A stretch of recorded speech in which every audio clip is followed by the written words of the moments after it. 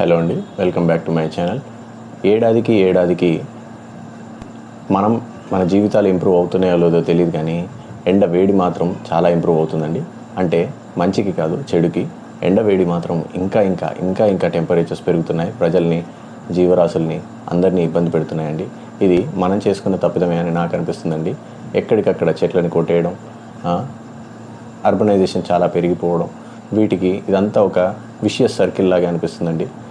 ఎండవేడిగా ఉందని చెప్పి ఏసీలు వాడడం, ఏసీ నుంచి మళ్ళీ కర్బన ఉద్గారాలు బయటకు వచ్చి అవి ఇంకా టెంపరేచర్ని పెంచడం, ఇల్లులు అన్నీ జామ్ ప్యాక్డ్గా కట్టుకోవడం, అపార్ట్మెంట్ కల్చర్ వచ్చేయడం, ఒకే దగ్గర ఎక్కువ వాటర్ వాడడం, ఒకే దగ్గర ఎక్కువ ఏసీలు వాడడం, సిమెంట్ రోడ్స్, సిమెంట్ కన్స్ట్రక్షన్స్, చెట్లు తక్కువైపోవడం, వీటన్నిటి వల్ల టెంపరేచర్స్ చాలా హైకి వెళ్ళిపోతున్నాయండి. అన్కంట్రోలబుల్ స్టేజ్కి వెళ్ళిపోతుందేమో అని భయంగా ఉందండి. ఇప్పటికే వాటర్ స్కేర్సిటీ ఉంది, టెంపరేచర్స్ పెరిగిపోతున్నాయి. దీనివల్ల ప్రజారోగ్యం దెబ్బతింటుంది. బయటికి వెళ్ళి పని చేసుకోవాలంటే భయపడేలాగుంది. దీనివల్ల ఉత్పాదకత తగ్గిపోతుంది.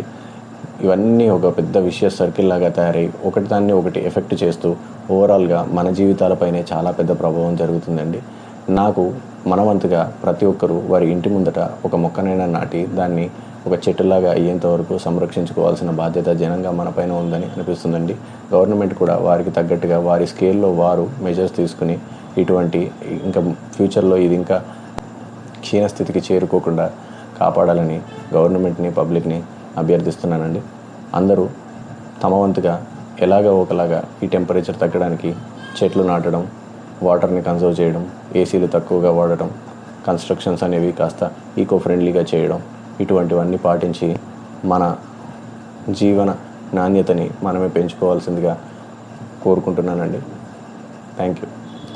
Like, share, comment and subscribe to my channel and help this channel grow. Follow this channel for more such insights and news.